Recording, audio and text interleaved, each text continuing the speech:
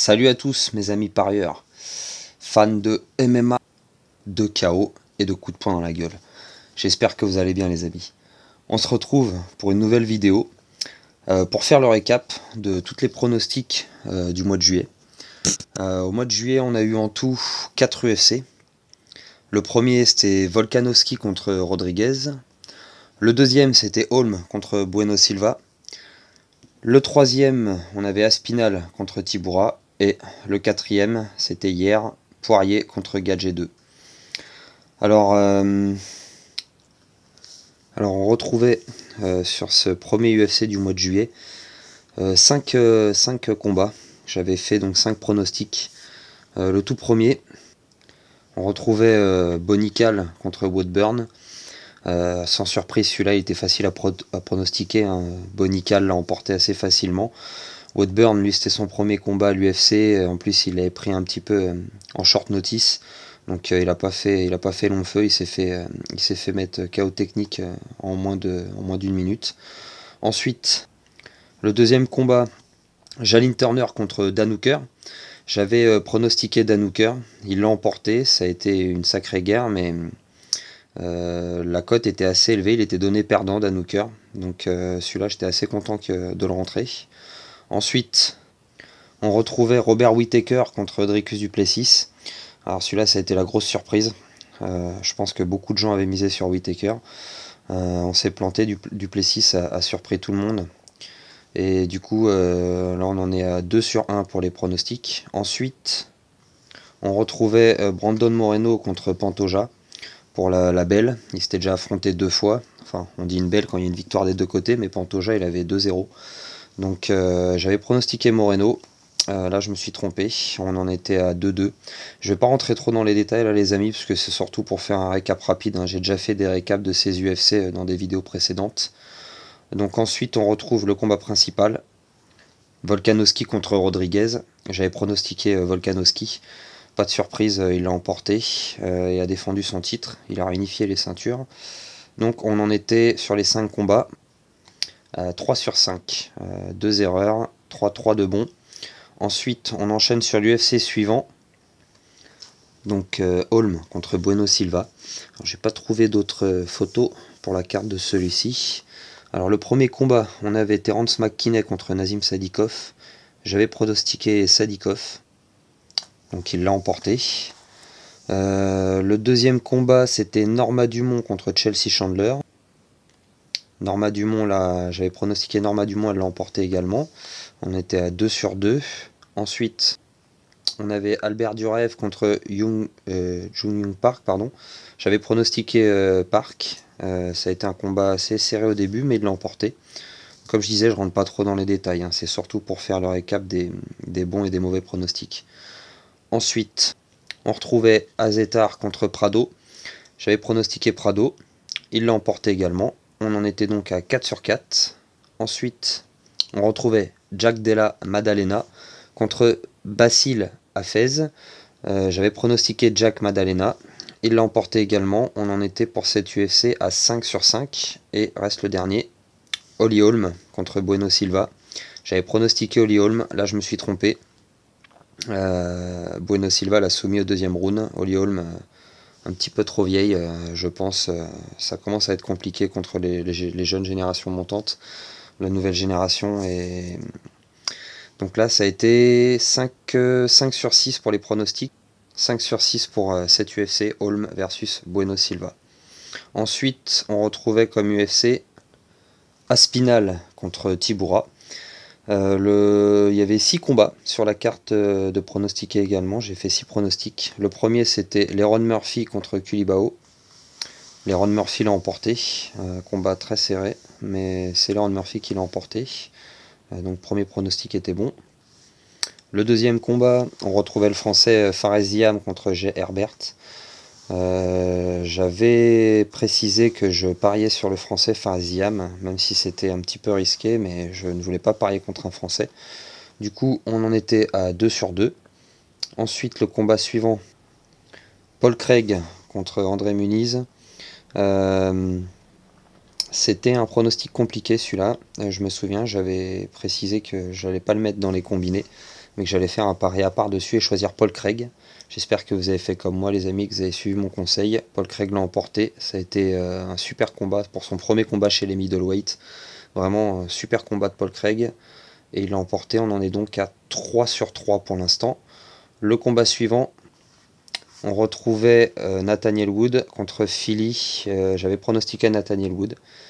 Ça a été un combat de dingue celui-ci aussi, hein. J'ai déjà fait le récap dessus, hein, avec premier round pour le Nathaniel Wood, deuxième round pour Philly, très serré, troisième round. Wood l'a emporté, on en était donc pour les pronostics à 4 sur 4.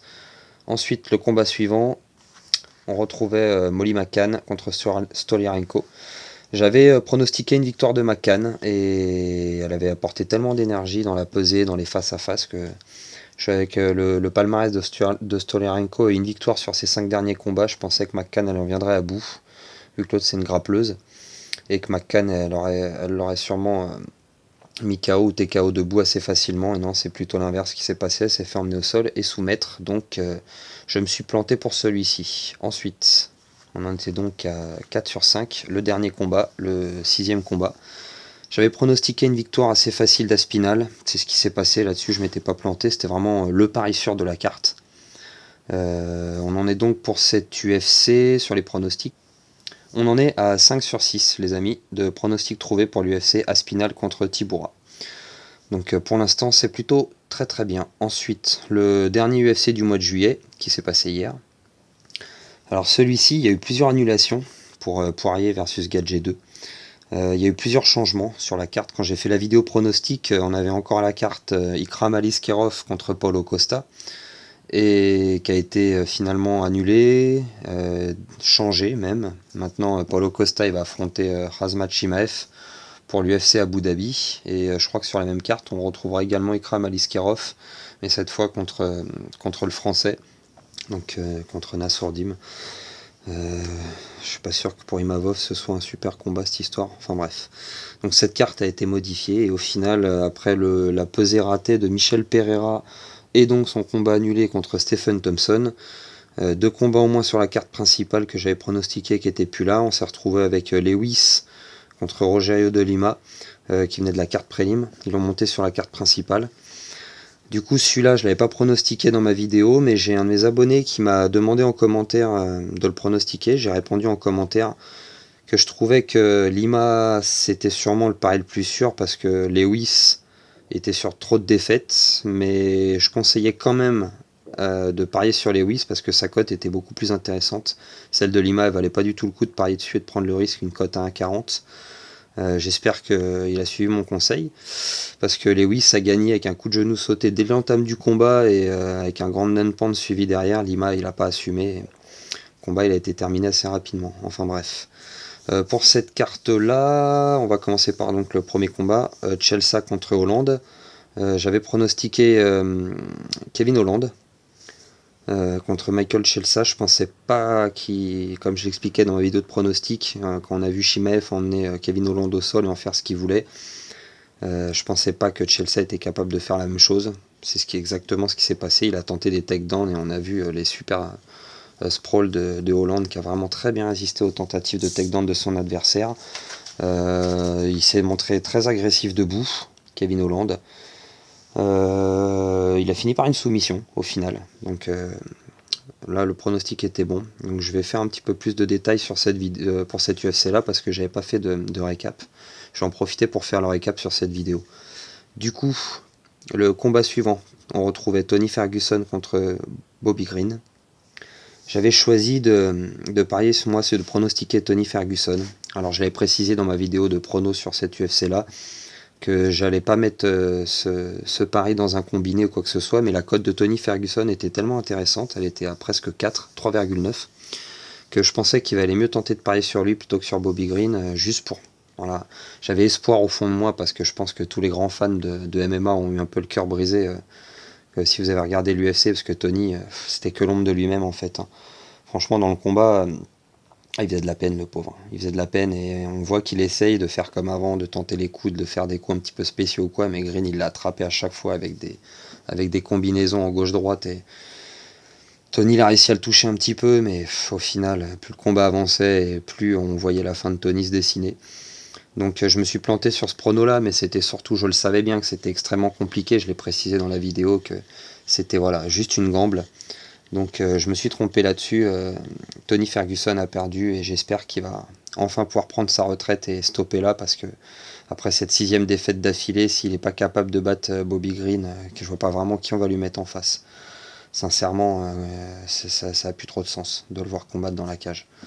Et ça fait un petit peu de peine. Moi je suis un des fans des premières heures de l'UFC, donc de Tony Ferguson. J'ai vu son ascension quand il a remporté à l'époque le TUF et qu'il a enchaîné avec toute cette série d'investibilité à l'UFC. C'était quand même extrêmement impressionnant quand il est devenu champion contre Kevin Lee.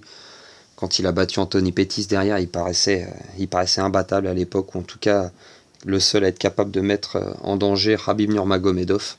Et on aurait tellement aimé voir ce combat à l'époque où Tony était sur sa série de victoires. Et puis derrière, il a perdu son titre contre Gadget et puis son titre intérim.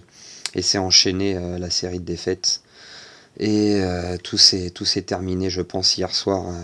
Ce combat, à mon avis, il doit vraiment tirer un trait là-dessus. Et on aurait tous aimé le voir gagner une dernière fois. C'est pour ça même que j'ai parié sur lui, parce qu'il y avait une belle cote et parce que vraiment j'avais envie, j'espérais au fond de moi qu'il gagne. Mais voilà, je pense que la page Tony Ferguson doit se tourner, on doit passer à autre chose.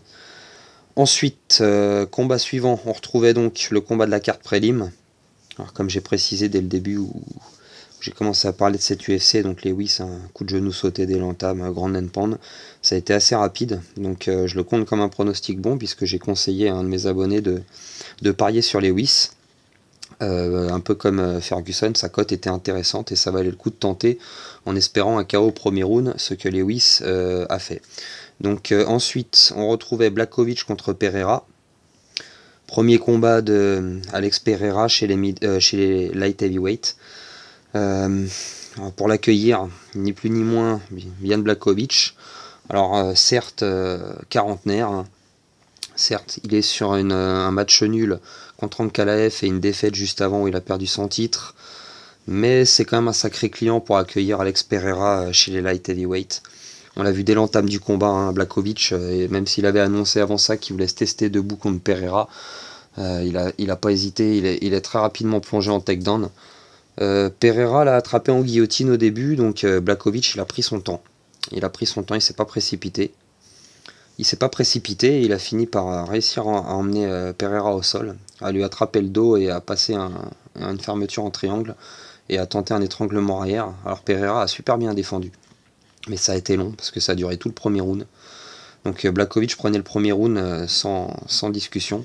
Deuxième round, il a fait un takedown aussi, il a emmené Pereira au sol une seconde fois, mais Pereira a réussi à se relever contre la cage. Je pense que ça a beaucoup compté parce que Blachowicz n'a pas réussi à faire de dégâts au sol, mais par contre il a subi debout. Les plus gros dégâts dans le deuxième round, ils ont été faits par Pereira debout. Donc Blachowicz perdait le deuxième round.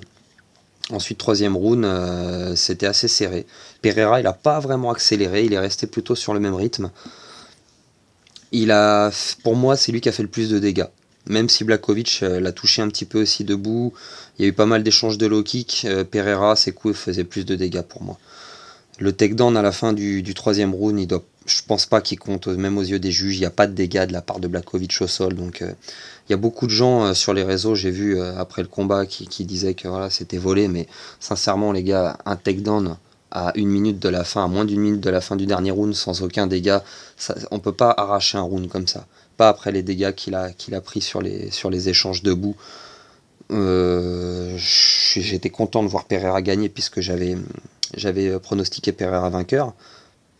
Mais sincèrement, pour moi, il a gagné ce combat. C'est une split decision, un combat extrêmement serré certes, mais à la fin, Blachowicz, dès le deuxième round, il paraissait complètement cuit.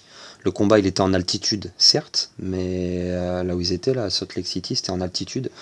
Mais franchement, pour moi, le vainqueur, c'est Alex Pereira. Décision partagée, mais c'est Alex Pereira. Ensuite, dernier combat, on retrouvait Dustin Poirier contre Justin Gaethje, numéro 2. Pour la revanche, pour le titre BMF, Bad Motherfucker, et j'avais misé sur Poirier. Après l'avoir analysé, vu les prestations de Gaethje contre Oliveira, où il s'était fait envoyer au sol, debout, alors que c'était lui qui était censé maîtriser les débats debout et être plus en danger au sol contre Oliveira. Il s'est pris un bras arrière, il s'est retrouvé au sol, il s'est fait soumettre. Il avait fait un super combat, je l'avais dit dans le vidéo pronostic contre Fiziev. Il avait vraiment impressionné contre Fiziev, Gadget. Et c'est là qu'on a vu qu'on avait peut-être affaire à un nouveau Gadget, et il était beaucoup plus mesuré, moins agressif, plus patient. On voit que les entraînements ont porté leurs fruits. Poirier, lui, s'était montré solide contre Chandler, parce qu'il avait quand même pris pas mal de parpaings, mais il s'était fait dominer au deuxième round en lutte. Troisième round, il a fini par trouver la soumission, mais c'était quand même il m'avait moins impressionné que Gadget, mais j'avais quand même pronostiqué Poirier parce que en y réfléchissant, je voyais pas Gadget capable de battre Poirier en boxe, et je voyais pas ce combat aller au sol. Ça allait sûrement se passer debout, et au final il a sorti un high kick.